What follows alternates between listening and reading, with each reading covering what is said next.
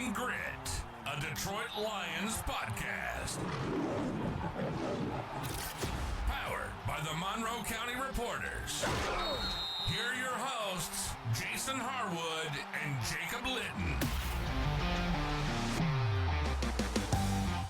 Welcome to another episode of Talking Grit. I am Jason Harwood. With me is Jacob Litton, getting ready for these Minnesota Vikings coming into town. They're at the bottom of our division. We're looking up at the Packers. We want the Panthers to come through, and then that way we could take the top of this division. This episode's going to look a little different than our previous preview episodes. We usually end on Grit Picks. We've decided to do a second podcast. So you're going to see two podcasts released today. That's where the Grit Picks are going to be. It's more of an it says NFL pod. We're talking about the NFC North, just talking about a little more NFL topics that still have a Lions tinge to it. I think if you're a Lions fan, you'll get stuff from it, but we're trying to keep majority of the Lions stuff here and then NFL stuff so that we felt like we were rushing at the end, and we just didn't want to feel like that. We want to get through this whole preview podcast. So give us your feedback. Let us know how you feel on that. And we'll be glad to listen. The real reason is that Jason's Grit Picks are not landing. They're just not doing very well. So he's trying to separate it to a different pod, hoping that less people, it's not out there as much. He doesn't have to, there's this whole thing where he's rushing his picks, and that's why they're doing so bad. And, Yeah, that's it, Jacob. You've got me.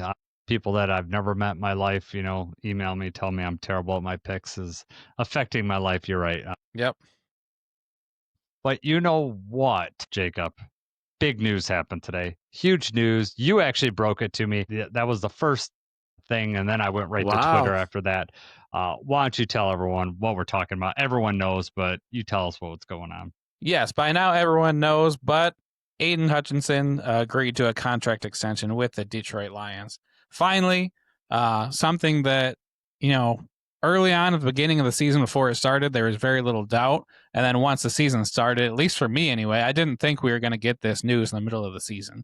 I kind of thought this was going to be put on the back burner probably. But you know what? Here we are. The extension came through. We don't have the exact final numbers and everything yet, but the preliminary from what we've seen looks to be on par with, what I expected anyway. We're not exactly breaking the bank and setting a new bar or anything like that. But I mean, what was your thought initially? I guess I didn't know that I was going to be the one that broke it to you, but I just happened to be able to text you right when I saw it. Yeah, I was at the grocery store picking up groceries, and I looked down and I was like, Hutch signed his deal. Oh my God. And then you must have got early win, because even when I went to Twitter, it wasn't really out there. So Hutch texted me personally. So then I just figured I'd let you know. It. Yeah, that explains everything, man. I knew it.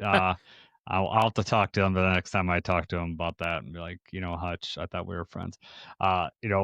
4 years, $180 million. He's going to average $45 million per year, $141 million. So he's going to, we'll get into the numbers of the other edges, but a little less than, he's going to average less than Parsons, but he gets more guaranteed money. I'm going to be really interested to see how this thing breaks down, where the cap hits are. It's very similar to the Panay deal, where we're going to kind of roll in the 5th-year option. So right now, this is a 4-year extension. We've already got him for the 5th year, which was next year. So we have him signed through the 2030 season, which 2030, when you say that out loud, just seems so far from now, but it's really not. But it just, another decade, it just seems crazy that we're going to be at 2030. I'm going to turn 50 that year, Jacob. Oh my God. But, Hutch is 25 years old, 1 Pro Bowl, 0 All-Pro. I am super ecstatic that this happened. I wish it could have happened a little bit earlier so we could have, maybe shaved a few million off this. But I'm happy for Hutch. He deserves it. He is a premier player.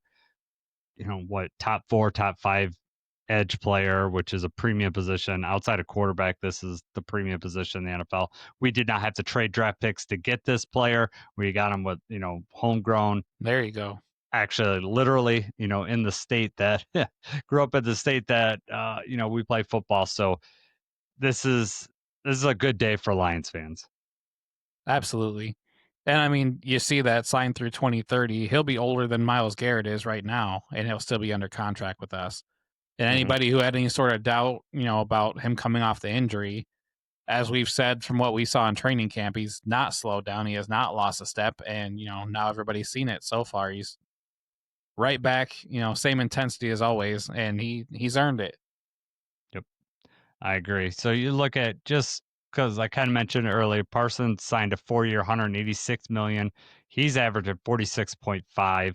Hutch is, at 45, so a little bit less than that. But Hutch has more guaranteed money. We have to, once Jacob and I get to see where the cap hits go, like where the bonus structure is, see if there's any void years at the end of this thing. We'll do another video just recapping the whole thing. We can't do that justice right now because number one, we don't have those numbers, and number two, we're trying to keep this podcast under an hour, and we could spend probably an hour talking about the impact of Hutch on this team, and also how this impacts the rest of the roster construction, because we have those big names that we got to sign next year: Branch, Laporta, Campbell, and Gibbs. So that'll be things that we'll talk about in that video. It's a lot of important dominoes to fall, and this was the biggest one. So huge. Do you think are you happy with the number that we landed on with Hutch? Are you okay with it? Oh yeah. I mean, this is, like you already mentioned, if we had done this before the season, then maybe it could have looked more, because before this, Garrett got $40 million a year, Watt was $41 million. So maybe we would have been looking closer to 43, 44 per year, and then maybe roughly 135-ish guaranteed. In the grand scheme of things, cutting off just a few million does not seem like a lot. Time will tell, depending on if we don't have enough money for some of these other players. But this is right where I expected. I don't have a problem with any of these numbers. No, I don't either. I mean, obviously we want to get him for the cheapest part of the deal, or cheapest that we can, but this is the way it's going to be, especially after the Myles Garrett deal. You knew it was not going to be anywhere south of $40 million. Then unfortunately the Packers had to go and do what they did and give Parsons all that money. However, if they didn't do it, the Cowboys were going to do it. Some other team was going to give him, Parsons the bag. They just raised the ceiling. It would have been nice for him to sign before the Watt deal. Crosby's averaging $35.5 million a year. It'd be nicer to be, south of $40 million, but after those contracts went up and Hutch has done what he's done this year. Now you could say, oh, the sack production isn't there yet. He's leading the league in pressures. When you see it, Hutch is having to run through a minimum of 2 people, sometimes 3 people per play. It'll be interesting how this thing changes with the Liam coming back, because I don't think teams are going to be able to give Hutch as much attention with the Liam in the middle. And if they do, they're going to be sorry, because the Liam's going to tear him up. Yes, absolutely. I do want to ask you one question about this, though. Like, the timing of the deal is really strange. So, right, this is 6 days before the trade deadline. Do you think that's just a coincidence, or do you think that Brad Holmes is looking to add somebody to the roster here? No, I just think that they, this is when was going to happen. I'm happy it happened now. I'm happy it did not extend into the off season, because now the Lions know what money they have. They know where the buckets are, and they can start planning ahead on these other guys. I'm sure they had like contingency plans depending on where this contract fell, but now they can start working on that Branch extension. They could start working on, if they're going to sign Laporta. I know they're signing Campbell. Campbell's going to happen. I'd be shocked if Jack Campbell's doesn't get extended.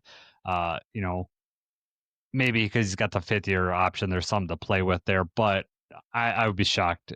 Branch for sure, they're not going to let him go into a free agency, or they're going to want to get him extended. So we'll see. The timing, I was not expecting it to happen today for sure. When I saw your text, you get a little bit of rumbling like a day or 2 before this, and I know we had some before this season, but all that turned out to be false. Right. But yeah, I'm happy that it happened. They might have got me leaning towards that there might be a move on the way here. Okay. Yeah, I don't know about that. I don't expect any big moves, and I don't even know where I'd put anybody, to be honest with you. So is there a player or position that you're thinking? I mean, there's some names floating around there. Obviously, you talk about the cornerback stuff. There's a lot of rumblings that Kayvon Thibodeau might be available for the Giants. Yeah. It's back to, that would be great to get like a top tier player like that. but I don't want to bring in a player like that and pay them and therefore not be able to pay one of the people that we have. Yeah. But, that's a discussion we'll have later. But yeah, the timing of it's weird to me. Okay. All right. Well, we'll see. Real quick here, put on the screen right now if you're watching on YouTube. If not, the Holmes extensions, 7 drafted players. He's given over $700 million in contracts. Can't be mad about it because these are all like cornerstone players. Panay Sewell, Ali McNeil, Amon Ra, Derek Barnes, Aiden Hutchinson, Kirby Joseph, and say what you say about JMO. I know he's not having the season that we want to have him so far, but I think that that's about to change the way the coaches are talking. They are not going to ignore JMO. We'll see, but $700 million in contract for drafted players. Other teams would be blessed to be able to, hand out that money to cornerstone players. We're not forced to. We get the opportunity to keep these players on our team. Right. I mean, you just talked about it with the Packers having to trade away draft picks to try to get Micah Parsons. We don't have to do that. We get to keep our draft picks, and then you see what we do with them. Yep. Exactly. Yep. And those players, you scouted them, you've coached them up. I mean, and the consistency in this coaching just tells you that the players are just going to continue to get better. It's a good situation in Detroit right now. All right, Jacob, get us ready here. Transactions that's happened since the last podcast we've had. All right, so since the last time we talked to you guys, we did place linebacker Zach Cunningham on injured reserve. We also released cornerback Kendall Fuller from the practice squad, and we re-signed linebacker Ty Summers to the practice squad. The big news is that we did start the activation window for linebacker Malcolm Rodriguez. So, like we kind of talked about before, Zach Cunningham was playing really well, and we hoped that there was, some sort of discussion about who's going to get playing time. Well, now he's on IR, so now we kind of need Rodrigo back even more so than we wanted before. It sounds like he is projected to take almost the full 21 days. So in that case, that would make his return week 11 against the Eagles. Maybe, if he's moving further along than they thought, but Rodrigo's kind of been there with trainers. He's been in the building getting work and stuff in. Sounds like they probably have a pretty good idea of where he's at. So I expect week 11 against the Eagles is probably where we're going to see him. And then we also started the activation window for safety Daniel Thomas, who was, really good for us on special teams. I don't have exact estimation for him, but it sounds like they're thinking he could be back even earlier than. Yep. We'll see. We haven't brought anyone back from IR. We have 8 designations that we could bring that back. Ali McNeil did not count because he was on the physically unable to perform list because of the injury happened before training camp. So that didn't count towards our 8 people that we can bring back. And neither would Rodrigo. Yes, Rodrigo would not either. You're 100% correct on that. Daniel Thomas would, though, because he went on IR after the season. So we'll see. Happy to hear about Rodrigo. Just like him as a person. Great player, too. And, our linebackers have been playing really well. I know he's going to just fit right in. And he's also a very good special teams player, too. So it'd be nice to get him back. For sure. All right, Jacob. We're going to do with the offensive main threats for the Minnesota Vikings. Obviously, we're going to start with Justin Jefferson. PFF ranks him as the number 9 wide receiver in the game right now out of 126. He was NFL top 100, top 10 at number 9 also. Jordan Addison missed a lot of the beginning of the season. Is rated 42 out of 126. Him and JJ seem to connect a lot, so it'll be interesting to see how JJ is going to come back for this game. We'll see how that goes. We got to be careful of Jordan Addison. TJ Hawkinson, obviously our old tight end, comes in ranked at 31 of 75. I have him on my fantasy team. Statistically, he's not doing me very many favors. Since Kirk Cousins left, they don't use the tight end as much. At least. Did you see he was really mad about the touchdown that got overturned? Oh yes. It's like you didn't catch it. Come on. They're probably going to get their tackle back, one of their tackles back, maybe both of them. But Brian O'Neill is rated 20 of 77 at the tackle position. Aaron Jones has not played. He just not played enough to be ranked on PFF. However, he was the number 98th player in the NFL top 100. He came back off the IR last week, so it looks like he's going to play this week for the Vikings. Who do they have on defense that we need to be concerned about, Jacob? All right.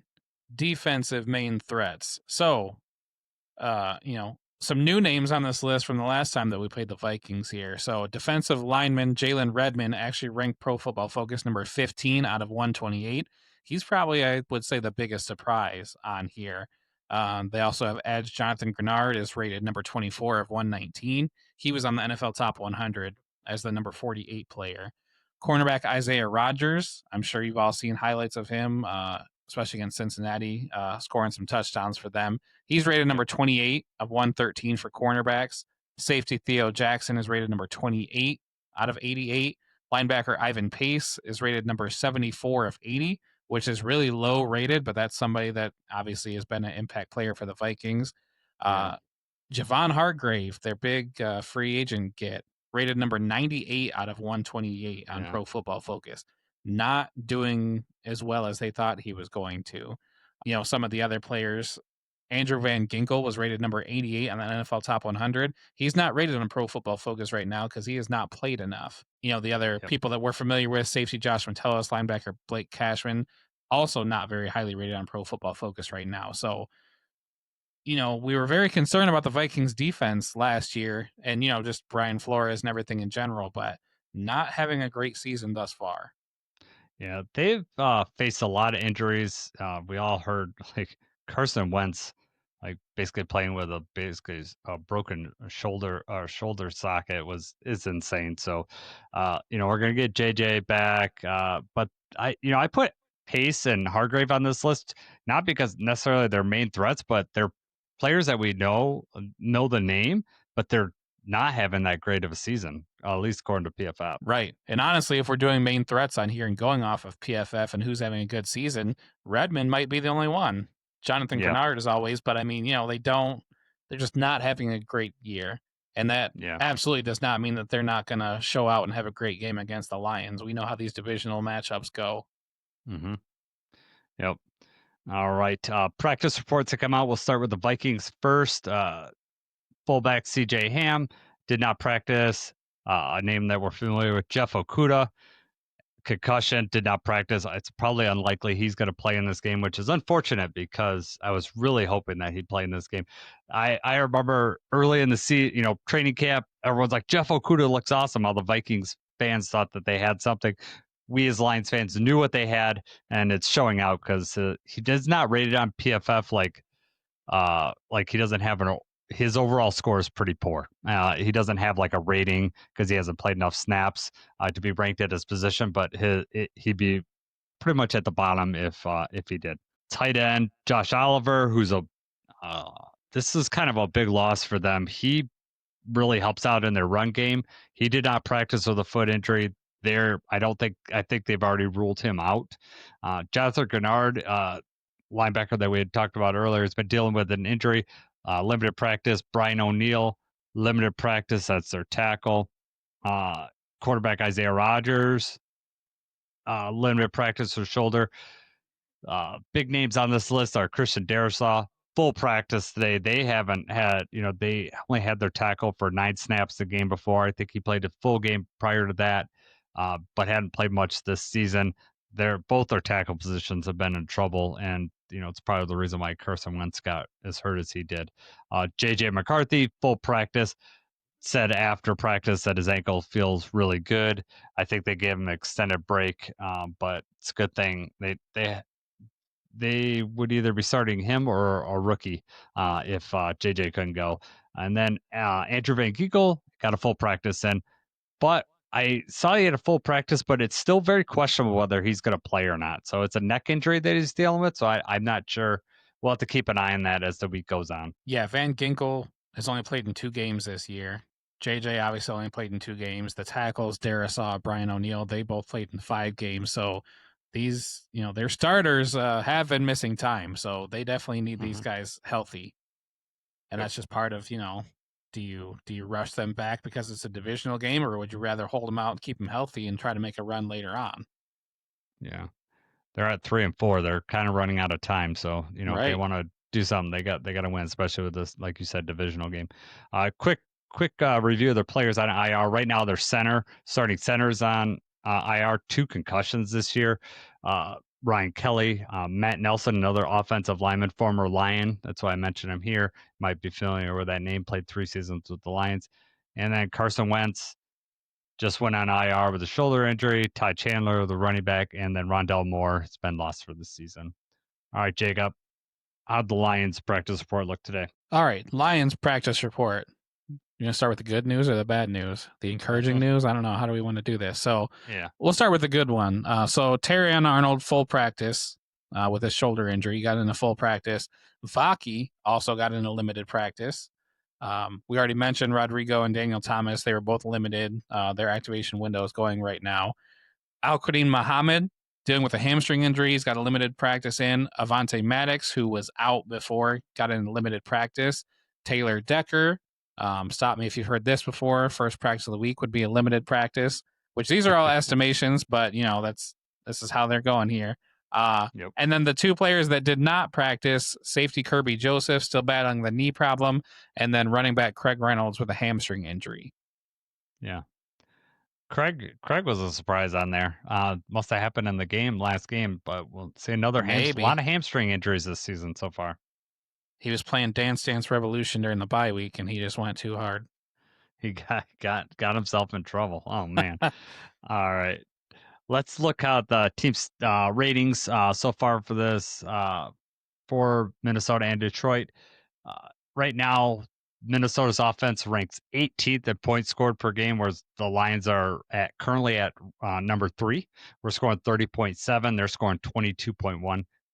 It's almost the spread right there, right? 8.5. Yeah. Pretty close to the spread for this game. The Minnesota Vikings give up more points than we do at 23.1 to 21.6. We are the 11th. We give up, we're 11th ranked in points scored against, which is good with our offense. That means a lot of times people are trying to play catch up at the end. So we'll give up some garbage time touchdowns, which kind of skews that stat a little bit. Good point. All right, Jacob, how do we look offensively compared to the Vikings here? Oh, we look better, right? Offense for the Vikings has really struggled so far. Mm-hmm. In terms of total yards per game, the Lions right now are at 357.3 yards per game, which is 8th in the NFL. And then you switch over to the Vikings, 296.6 yards, which is all the way down. They're 26th in the NFL. So talking about top 10 versus bottom 10 here, in terms of offense. When you switch over to rushing yards per game, the Lions 133.7 rushing yards per game. The Vikings have 93.9 rushing yards per game. So that is also ranked 26th. Our rushing yards are ranked number 7. And then passing yards, though, the Lions 223.6, the Vikings 202.7, which puts the Vikings at 20th in the league, the Lions at 12th in the league. Obviously, our rushing attack is lethal, and it looks like the Vikings' rushing attack has just not been able to get going so far this year. Kind of plays right into what the Lions like, make you one-dimensional. Yeah, exactly. And if we don't have to commit a lot to stopping the run game, that just makes everything else that much more dangerous in the back end of our defense. As far as defensively, Lions are currently ranked in 8th in total yards per game, 300, where Minnesota comes in at 14th. Rushing yards per game, this is huge too. We are 4th ranked team in rushing yards per game, only giving up 87.7, while the Vikings is huge difference, 24th ranked. So it's skewed both offensively and defensively, and playing right into the Lions' hands, in my opinion. Passing yards. Right now, the Vikings rank 8th, which I was kind of surprised about, but maybe it's because teams are just rushing on them and they don't have to pass as much. So that's what I'm banking on, because their cornerback situation's not that great over there, and with the injuries that they've been dealing with. Whereas the Lions passing yards per, we are 16th ranked at 212, which frankly, with the injuries that we have, I'm really happy with where we're at, passing yards wise. Right, definitely. All right, Jacob. It's time to us to move over to our interview. We've got Arif Hasan, who was with us twice last year. This is a really good interview. I think you guys are going to enjoy it. We'll see you on the flip side. All right, Lions fans, back at Talking Grit. We are in for a treat. We have Arif Hasan back with us. He was with us a couple times last year. I didn't get him on the draft talk. We got to do that next year. We're gonna do that. He's still writing for Wide Left. Focuses a lot on the Vikings, but writes for the NFL in general. Arif, thank you for spending your time here and your expertise. We really appreciate it. Yeah, absolutely. Thanks for having me on. I had a lot of fun the last couple of times I was on here. Good. It was probably more me than Jacob. Yeah, probably not. You're right, Jacob. I'm the downer of the group. All right, Jacob. I've been talking to Arif a lot. I'm gonna let you ask him the first question. Put him on the spot here. All right, Arif. Through 7 games last year, the Vikings were 5-2, and right now they stand at 3-4. Do you think are Vikings fans panicking right now, or do they still think that this team's going to figure it out and make a playoff run? I think if you just look at like the record, like the win-loss, they're not that far apart from 5-2. 3-4. Obviously, being on one side of 500 feels different than the other, and so you could make the argument that you can't choose where your losses are, but if they happen earlier, it feels worse until it feels better. But the vibe is way different. Like I've covered good teams that have at some point a losing record early in the season, which maybe early in the season's a bit generous. We're in the middle of the season, but like have had losing records at some point. But you're like you know that the team is good and you kind of trust, and so like the feeling is more frustration at like maybe losing some close games, or maybe there's like this injury that they're waiting to, and that's not the vibe right now. The vibe is disintegration, right? Like the vibe is that the Vikings have fallen apart. That they had a lot of opportunities last year. They didn't capitalize on what opportunities they had this year, and the season is just kind of broken a little bit. So you take a look at kind of the odds various analytics firms or whatever put together, and the Vikings have anywhere between 2 and like an 11% chance to make the playoffs, where they are right now and who their upcoming opponents are. And I think to a lot of people, 11% feels high. Like I think that's where the Vikings fan base is. The season just feels kind of kaput. And one thing about the Vikings, and especially the Kevin O'Connell Vikings, is that they do a really good job of like telling you that you shouldn't believe in them, and that at some point creating belief, like kind of despite your best effort. So it wouldn't shock me if at some point they go on this run and you're like, oh my God, this team really has something. And then they like punch you in the gut again, as is like tradition.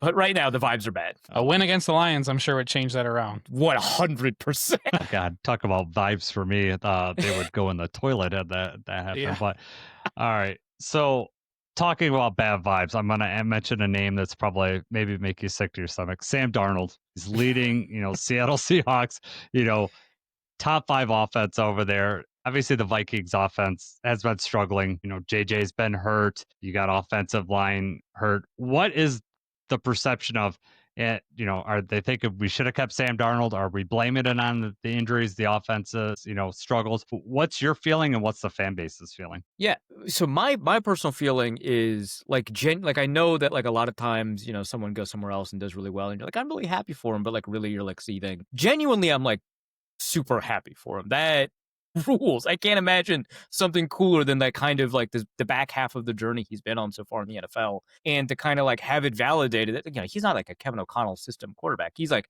producing, and he's doing it by maximizing his like playmakers. Like Jackson Smith-Njigba leads the league in receiving by 100 yards and has 1 fewer game than like the 4 receivers below. Like that's so cool, and he's playing like real, and it's really exciting football too. Like throwing it deep, hitting these bombs. It's fantastic. So I genuinely am happy. And I think one of the reasons it's easier to kind of feel that is because I don't think the Vikings really had a chance at signing him, this offseason. Like I think he wanted an unambiguous place where he was definitely the starter. There weren't going to be any questions, and he was going to get a reasonably high amount guaranteed and a great like sticker package number, right? Like the number on the front is high. Right. And that's what the contract was for him. And the Vikings didn't have the ability to offer long guarantees. They didn't have the ability to offer a large contract. And they certainly couldn't offer him an unmitigated starting job. Right. With JJ McCarthy, the idea was that he would be ready this season with or without that injury to kind of take on that starting role. So at minimum, there would be some kind of competition. Right. And so I think it was kind of nearly impossible, not actually impossible. You spend enough money, anything can happen. But I think it was nearly impossible for the Vikings to retain Sam Darnold. So I'm not that upset about it, but like optically, it looks awful, right? And so a lot of fans, and I don't really blame them, right? Like, because at the end of the day, you want results and you had access to those results and it didn't happen. And while it is kind of tough to imagine an NFL decision maker being like, well, we got this first round quarterback with like a clear path to starting that we love, that we've been talking about all offseason as somebody who's put in the work, put in the effort, and somebody that we're really high on. It's really difficult for that decision maker to kind of let go of that and re-sign the guy that you only had a bridge contract for. But I understand like when an NFL fan is like, I don't care about that. You could like just tell Sam Darnold he's the starter and then make it happen. And then if he sucks halfway through the season, then figure that part out later. Right. And I very much empathize with that, but that's not really how NFL front offices or players looking for contracts work. So I get it, but like I think that there is not resentment, like seeing, someone else have fun without you. There's always kind of like a little bit of jealousy. And I think there's like less that and more resentment at what could have been. Right. And it's pretty, isolated at anger, specifically at Kwesi Adolfo-Mensah, who has had his other faults as a GM, and less at Kevin O'Connell, although there's like a little bit of that too. It's Twitter, but so you can always I had a couple of people in my mentions be like, well, you got to fire this guy. And it's like, well, that's a little extreme, but that is a minority of the fan base that's giving me feedback. So I think that's the feeling, is that like logistically it's tough and you can recognize that, but as a fan, it's not your obligation to 100% be, logical and rational every single time and put yourself in the shoes of the GM. You want wins and you had access to them and you don't get them. And so I get it. My other thought is, Arif, Sam didn't end the tenure with the Vikings. The last two games were not good at all. I mean, probably his two worst games that he played at the season. I mean, I don't follow them game by game, but it just seemed like they were really rough games. So I bet the fan base at that point was looking to just get rid of him. I mean, they got JJ, like you said, just sitting there. So I mean, who would have fault them for moving on from Sam Darnold after what he looked like? So what he's doing now is unexpected, at least in my the way I look at it. I think that's a really fair point. And I think that when you look at the way the fan base was talking about him, in February when there were rumors at the combine about who they may or may not sign, or in March, right, when the actual, process is occurring. That was the dominant part of the conversation. And yeah, those were his two worst games of the year. There's only maybe like one other game during the season that could compete. And it was a win, right? It was a win against the Jaguars. And so like, how upset are you about how poorly he played, even if he only scored 12 points or whatever it was in that game? So, and that was a conversation, right? It's like, oh my God, he collapsed under pressure. The lights were too big for him. He saw those ghosts he was so afraid of in New York. And that was a big part of the conversation. It didn't even enter into the language that Kwesi Adolfo-Mensah at the combine used at the press conference. Now, he was a lot kinder and nicer about it. But he's like, hey, you have to take into account everything. And, one of the things that and he listed a couple of things, but one of the things that he mentioned is like, you have to kind of understand if the quarterback that you have, is performing, in every circumstance. Like he's being like very kind of, he doesn't want to throw Sam under the bus, but at the same time, he wants to communicate like these results do matter in terms of our evaluation. Because I think if the Vikings had won, a playoff game, maybe two, right? I think they would say, screw it. We have a rookie. I don't care. This guy's the real deal. I think that they would have. And I think not having those two games where they lost the chance at the division lead in a bye, or they actually lost the playoff game, I think that those played a pretty significant role in them being like, well, you can't get rid of the rookie. You can't put him on the sideline or whatever. And so I think that was kind of the feeling of the fan base. But again, like there's no contract that they signed where they have to be consistent. And it's really difficult to figure out, like, there's someone who's yelling at you now about the Darnold contract. I'm not going to go through their social media to see what they were saying in February, right? So you don't know if it's the same people, but it feels like the tenor of the fan base was, well, we got to move on, thank him for his service, and then move on. And now it's like, we shouldn't have moved on. What are you talking about? That's crazy. And so, that's just kind of how it is. But I think that the role of a GM is to kind of smooth out those game to game, week to week reactions and to make the best decision long term. And it sounds like, the Vikings didn't do that. Yeah. I also question whether Sam Darnold would have, with your offensive line injuries, if he would be the same quarterback that he's being in Seattle. That's, if I was writing for the Vikings or if I was, podcasting for the Vikings, that would be my thought. With these aren't apples to apples. I mean, what JJ and, Carson Wentz, they're running around like crazy back there. So that'd be my thought. All right, Jacob. All right. Well, you kind of mentioned already, so let's go to this one. So in May of this year, the Vikings actually extended the GM's contract, right? So I know you've been talking about him, but overall, I mean, how would you rate the job that he's done? Do you agree with how he's went about building the team? I mean, Minnesota had 2 draft picks in the top 4 rounds because of those trades that they made, for JJ McCarthy and Dallas Turner. So they did not have a whole lot to work with in terms of the draft, and then obviously a lot of movement in free agency. So I mean, just overall, how do you think he's been doing? How would you rate the job he's done? I'd say like a C plus. I'm a tough grader. Like, I did like a little bit of stuff as a teacher, and the averages I was giving out were pretty low compared to my peers. So keep that in mind as C plus. And to me, that's like a little bit above average. Right? There are 32 teams. He's probably around 14 or something like that, right? But it's very strange evaluating him, because so far, to the best ability, the best degree that we have to evaluate his drafting, it's been pretty bad. Like, Jordan Addison aside, it's been pretty bad. I mean, he's not been very good at acquiring talent in the draft. And that's really important for GM. Like, there's no question about that. But at the same time, he might be the best GM in free agency, top 3, top 5, something like that. They keep on acquiring like Andrew Van Ginkels and Jonathan Bernards. And even though I think Javon Hargrave is kind of busting a little bit for them, Jonathan Allen is playing well. These crazy kind of flyers like Isaiah Rodgers, who's been up and down since that crazy Bengals game, but it's still, an incredible performance there, and he's been playing all right on the year. Finding like a guy from the UFL, Jalen Redmond, who right now is playing, Dan Campbell gave him a shout out too, who's playing just out of his mind, excellent football. Like, these kinds of roster acquisitions happen so frequently for the Vikings, where you're just like, they really do have some talent in the pro scouting department, and the GM does a very good job at acquiring these guys. And I know that like Lions fans think that they won the TJ Hawkinson trade, and maybe they did, but no Vikings fans upset about it, right? So that trade, among some other trades that they've made for players, have generally worked out. And so even though like, this offseason's been a little bit more trouble, getting Hargrave and not getting much out of it, letting Cam Bynum walk and seeing, especially early in the season, how he did for the Colts, trading away Harrison Phillips and then seeing what happened to the run defense. Even though that, hasn't worked out, I think for the most part, the way that he navigates veteran contracts has been really outstanding. And I think ultimately at the end of the day, you're looking at how competitive is this team from year to year, right? And if it's not competitive, is there like a reason that is outside the general manager's control? And the Vikings have been a very competitive team with Kwesi Adofo-Mensah as the general manager. I think that he's doing it in a way that's kind of unsustainable, and that you probably need to be a little bit better at drafting for that to be consistent. So I'll knock him down a little bit. And then obviously this year, a lot of problems have emerged. And I think that they were problems that you could predict. Like, a lot of people think about injury as like these freak accidents, but like, you bring in like Will Fries and Ryan Kelly and Jonathan Allen and Javon Hargrave, guys who have either are directly coming off of an injury or have an injury history that's long enough, or they're just older, right? They're just more likely to get hurt because of their age, right? Harrison Smith is a good example. They brought him back, which, like, of course you would do it, but like, now your roster is full of these guys that feel like they might be injury prone, right? Well, they got some injuries from a lot of those guys, right?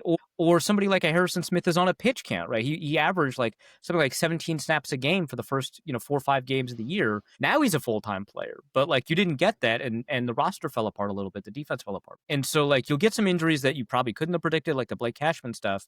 But it's like Ryan Kelly gets a second concussion of the year, and I don't know if you can be concussion prone, but I know that that's been an issue for him in the past. And so seeing it happen again, makes you wonder, like, did you do your due diligence on that, right? And Will Fries isn't playing up to the level that we thought he would, in part probably because he just isn't back to the form that he had before he got injured, right? And so the roster problems this year are probably, in part a product of some of the decisions that they chose to make about what they were going to take risks on and what they weren't going to take risks on. So I think that knocks them down from like the the evaluation from before the season, which was probably like a BB minus, to now like a C plus. So it's hard to find good GMs. And so I think there's a lot of GMs kind of hanging out in that C area. And I think Kwesi is better than most fans think he is. But like, his weaknesses are pretty glaring, but his strengths are pretty rare. Yeah, I think you make a good point about the sustainability. If a rookie quarterback on a rookie contract, you're not going to be able to just go out in free agency every year. Yeah. At some point, you're going to have to pay a quarterback. I guess you could redraft and get another rookie quarterback and go on that run, but that doesn't seem sustainable either. Right. Yeah, exactly. Yeah, you should probably nail that as soon as you can. Yeah, exactly. So you kind of mentioned it. We've mentioned it. There's been some injuries, and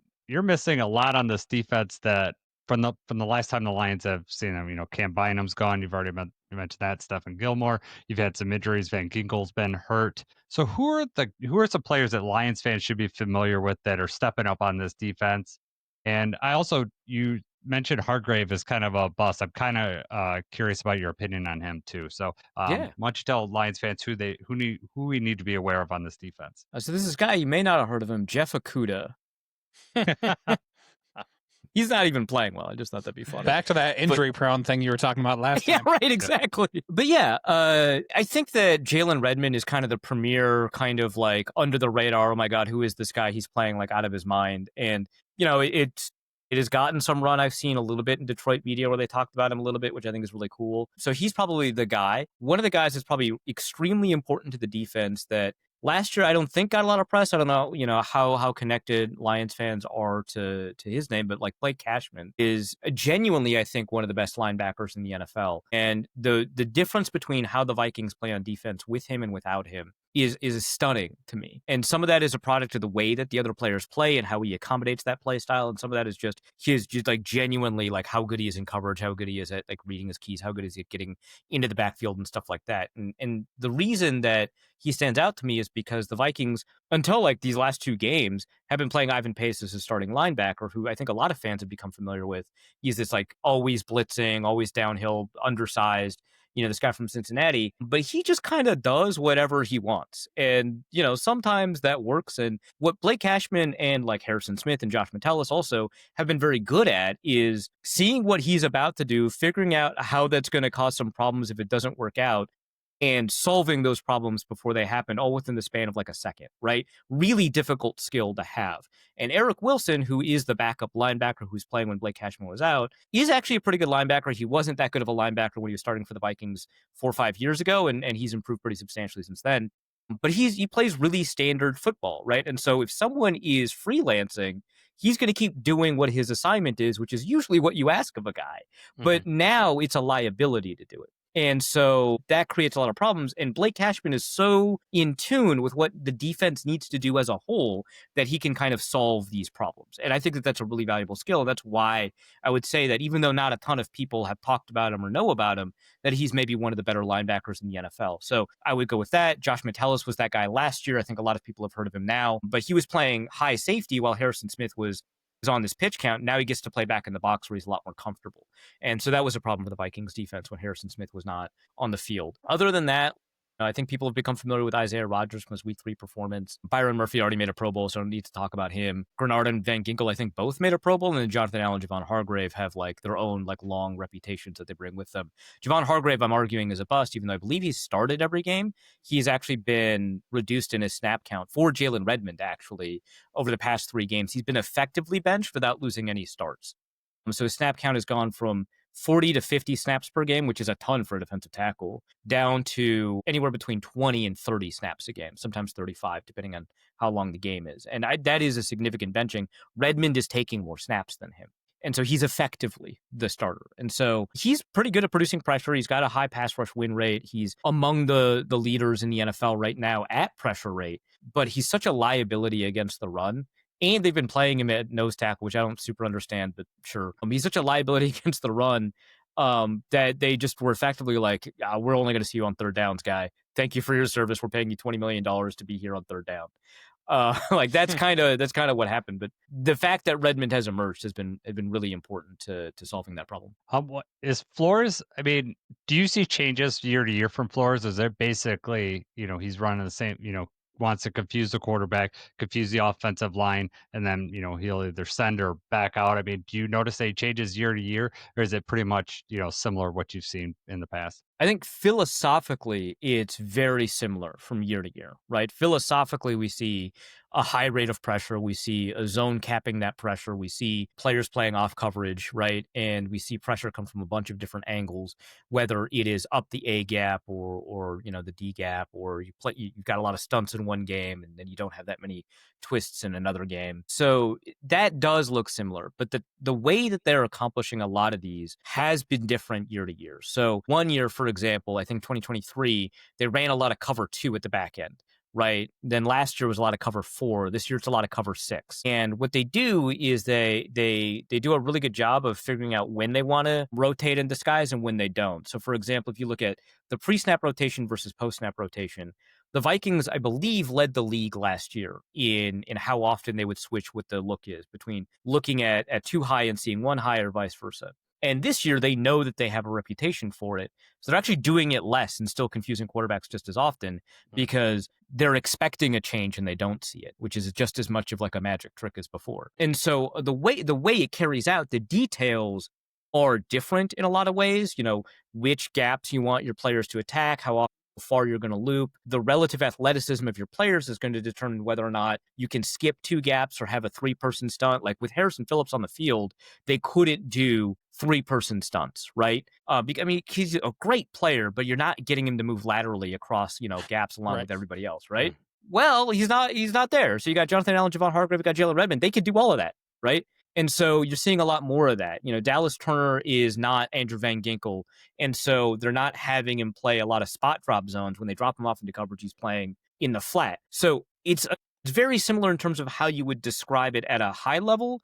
But I think the details have been changing a lot from year to year. And I think that that's really cool because he's retaining his core and what he's good at, but making it pretty difficult for other teams to kind of get a good read on how exactly to attack. That's exactly what you want, right? Yeah. Well played. So both of the Vikings tackles practice today. Do you think that they both play on Sunday?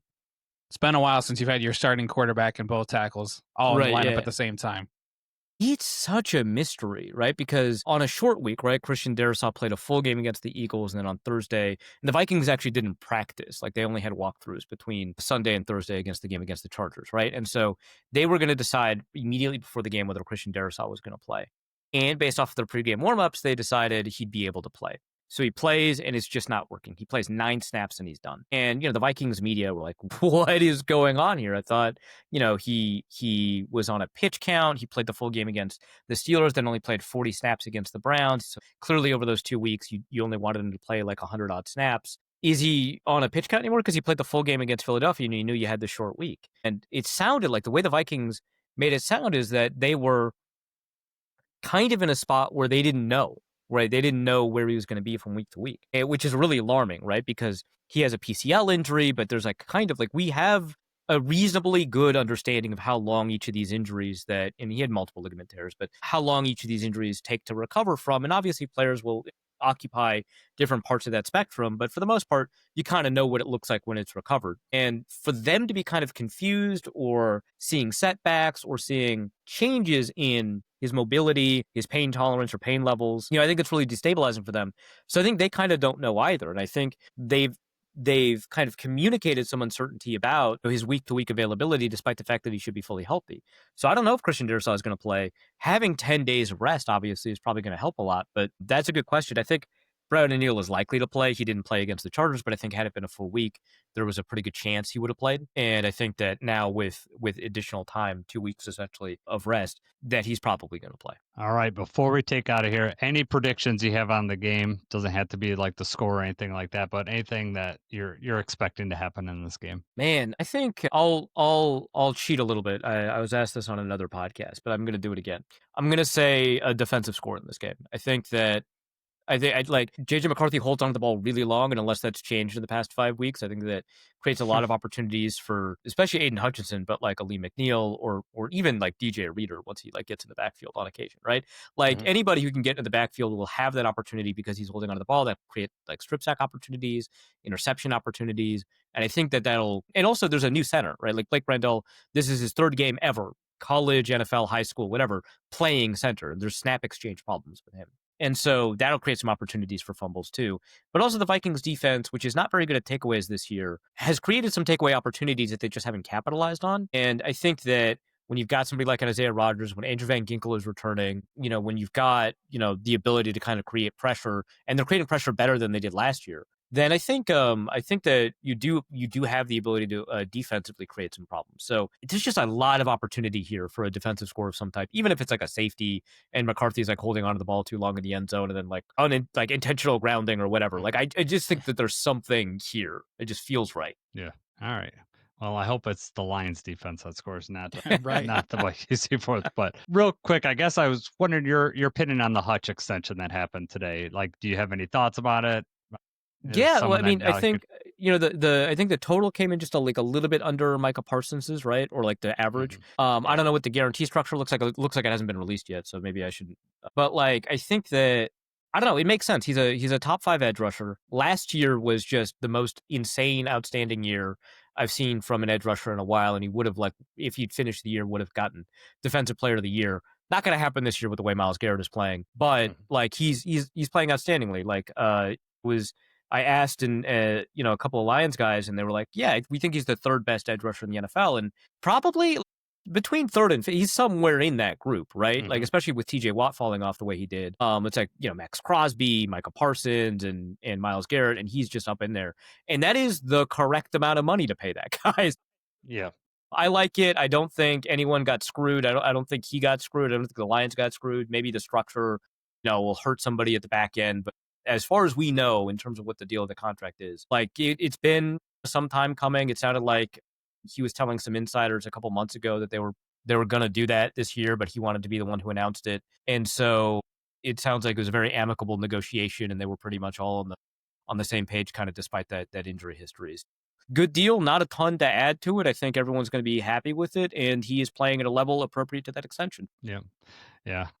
Micah Parsons and Aiden Hutchinson in the same Good division. Lord. Just I know. Yeah. With an injured left tackle and an injured right tackle. I was like that. With Yeah. not a time you want all your tackles to be injured. No, not good. All right, Arif, why don't you tell our listeners, any line, if you got any line centric podcasts or anything that you're writing that you're doing, getting ready for this game, where they could find that, and Yeah, so I've got a piece on like what we can tell about how good JJ McCarthy is, which is obviously relevant to not just Michigan fans, right? Which there's maybe some overlap, but also like, this upcoming game and what it's going to look like over the next 5 games for McCarthy. So that's probably the closest thing I have to a Lions Center thing. But, I've got a writer at Wide Left Football who's going to write up a Jalen Redmond piece. And so, Dan Campbell shouting him out. I think that seems kind of cool. I think that having an unknown player that you might want to take into account, especially with the Lions interior being as new as it is relative to the past couple of years, I think that's going to be relevant. Yeah, and then the other piece that I have up that I think might be relevant to all NFL fans is I've got a piece about the dynamic kickoff up on the website and what makes it kind of cool, interesting, and unique in ways that I haven't seen angles, because there's like discussion about how it affects 4th down strategy, how it affects roster building strategy, and the schemes that different special teams coordinators are using to maximize it. So I think that could be kind of like in any NFL fan, could probably find some value in it over at Wide Left Football. Yeah, my son and I were just discussing. Like, he asked me, we were watching college football, the old traditional kickoff, but it's boring because never gets returned. Now the NFL, especially with the new touchback rules and such like that, it's actually a viable play. So yes, that sounds like a great article. Also, moving the touchback up to 35 impacts end of the game management, right? Because you're so close to field goal range, like that. Yeah, and so like if you're the team that is like 3 points down and you have the ball on your opponent's 5-yard line and you don't convert 3rd down, right? It's like 4th and 2 from the goal line or whatever. You have to make a determination about whether or not kicking the field goal, to go up and allow them to have a response field goal, or even to tie the game and have them a response field goal, or to go for it and try to extend the clock, is impacted by the fact that the average field positions around the 30, 35-yard line, the touchback's at the 35 unless you kick it really well. It changes the way that you think about game management in a way that you just have never had to do with a kickoff before, which I think is so fascinating. Yeah, well, there was the Minnesota game, right? The Minnesota-Chicago game where that was was that week 1? Yeah, Ben Johnson kicks it in the end zone, and you guys run it out and waste time. So like that exactly. goes into it. Like, he could have kicked it out of bounds, or he could have just, did whatever, but Ben Johnson made the wrong call on that, and the Vikings, obviously were coached well. I don't know who returned it for you, but looked right at KOC, and it's like KOC's like, run that out.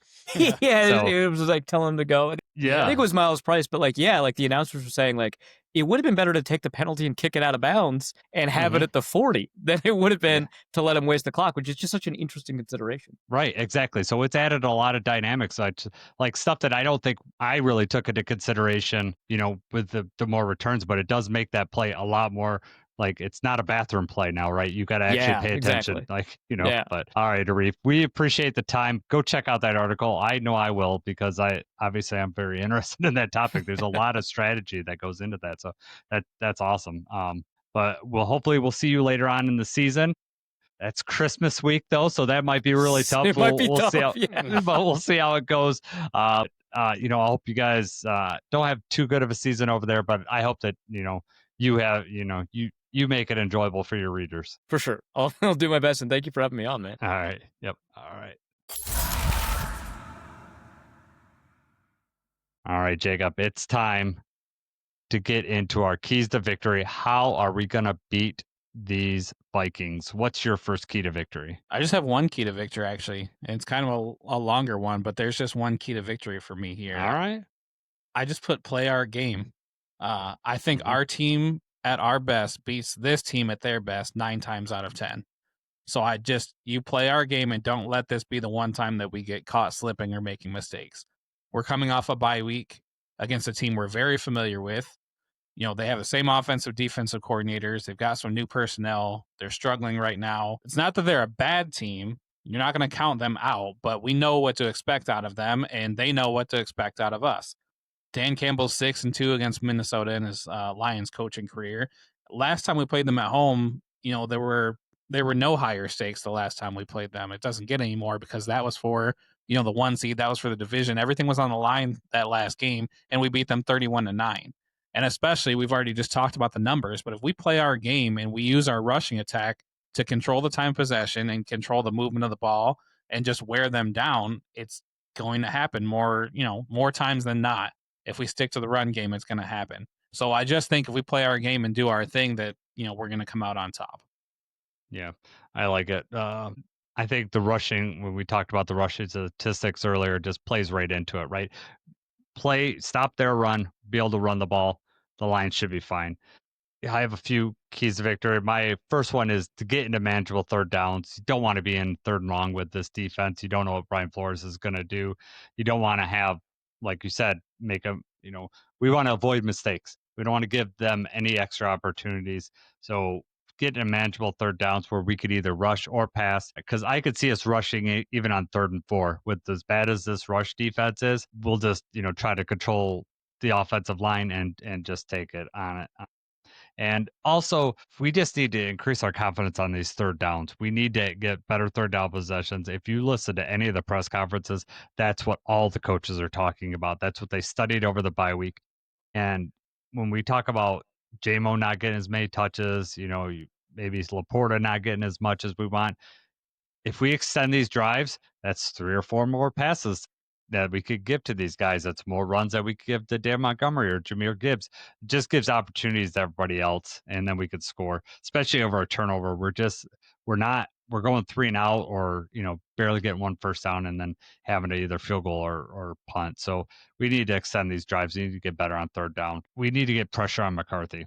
If we get pressure on McCarthy, he's going to make a mistake. It's just going to happen. And we'll see if their tackles are fully healthy. Minnesota's tackles are fully healthy, but their interior is not that great. And Aleem McNeil, expect some pressure up the middle from Aleem McNeil. Yeah. Young quarterback on the road in Detroit. I mean, coming off of the injury and everything, the stakes are high for him. You want the pressure to get to him for sure. Yes, it's going to be loud in there. The offensive line, especially, they haven't played well together. You're expecting some false starts, right? This communication's going to be off. Just the crowd needs to play into it. Make McCarthy make a mistake. I know that McCarthy, he's used to big crowds. National championship game, he's used to that stuff. But the NFL is a totally different thing, and Ford Field is a weapon for the Lions. I have one more key to victory. And this is, I know Terrion is practicing full. I don't care. Put a Meek on JJ and you just let him travel. You want it to look like it did last matchup. That's exactly right. Whatever it has to do with Rockison and Terrion, or trading snaps or whatever, they're going to ease Terrion in if he even plays.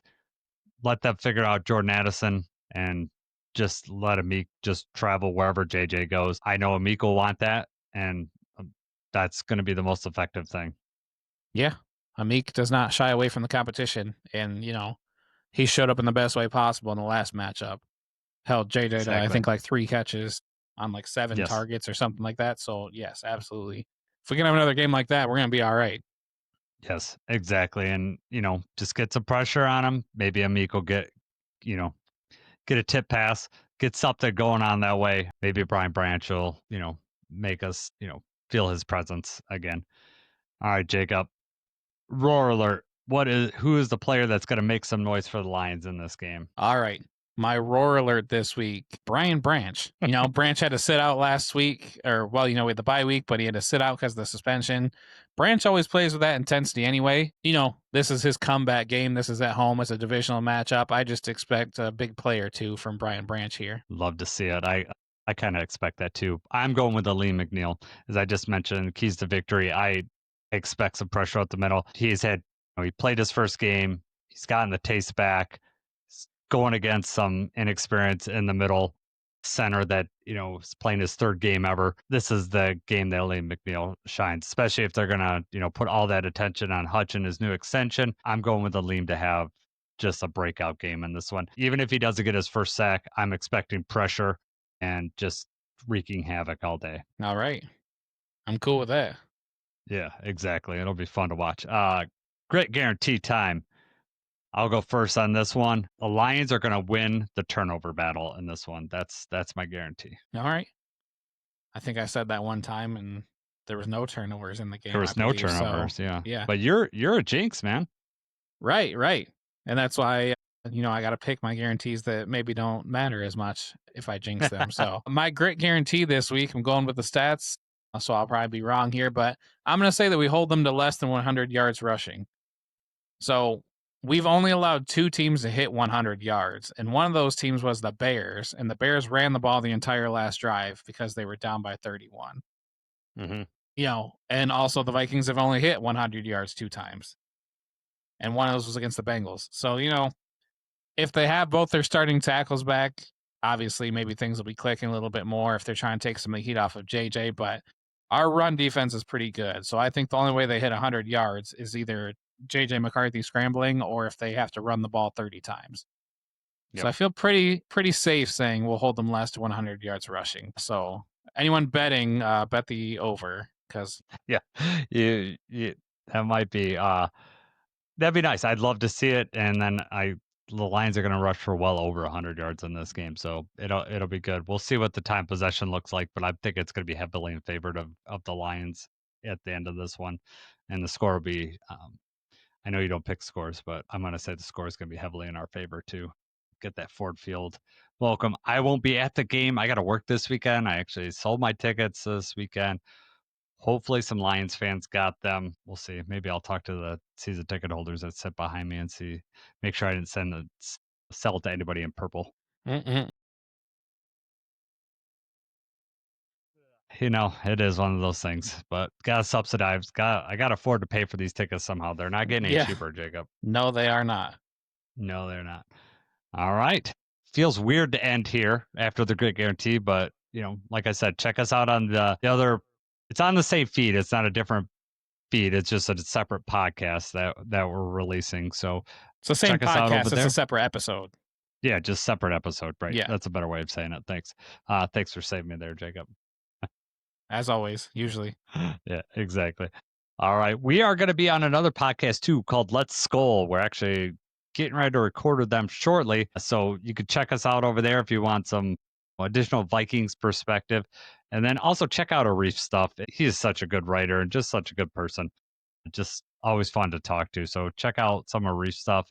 And Jacob, anything else? I'm ready. Ready for Sunday, all right, man. That's right. Let's go get football back in Detroit. Love it. All right. Go Lions.